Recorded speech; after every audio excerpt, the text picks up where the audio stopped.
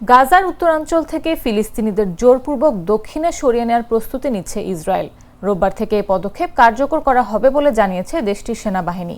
Israeli সেনাবাহিনীর আরবি ভাষার মুখপাত্র আবিখাই আদ্রেই শনিবার জানান, কেরেম শালোম সীমান্ত পথ দিয়ে জাতিসংঘ ও আন্তর্জাতিক সংস্থাগুলোর সহযোগিতায় তাঁবু ও অন্যান্য আশ্রয় সামগ্রী সরবরাহ করা হবে। তবে জাতিসংঘ এখনও এ পরিকল্পনা বা তাদের ভূমিকা নিয়ে কোনো মন্তব্য করেনি। সংস্থাটি এর আগে সতর্ক করেছিল, এই পদক্ষেপ কার্যকর হলে হাজার হাজার পরিবার আরও ভয়াবহ মানবিক বিপর্যয়ের মুখে পড়বে। বর্তমানে গাজা সিটিতে প্রায় 10 লাখ মানুষ বসবাস করছেন, তবে তাদের কোথায় সরানো হবে তা এখনও স্পষ্ট নয়। ফিলিস্তিনি গোষ্ঠী ইসলামিক জিহাদ এই পরিকল্পনাকে গাজা দখলের অংশ এবং আন্তর্জাতিক আইন নিয়ে প্রকাশ্য উপহাস বলে উল্লেখ করেছে।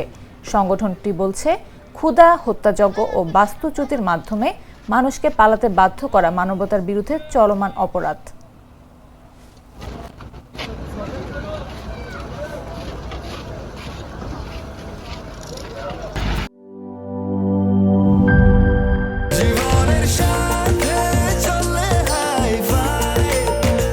স্বাস্থ্যকর অল টাইম ফ্যামিলি কেক, সব সময় অল টাইম হেলদি লাইফ।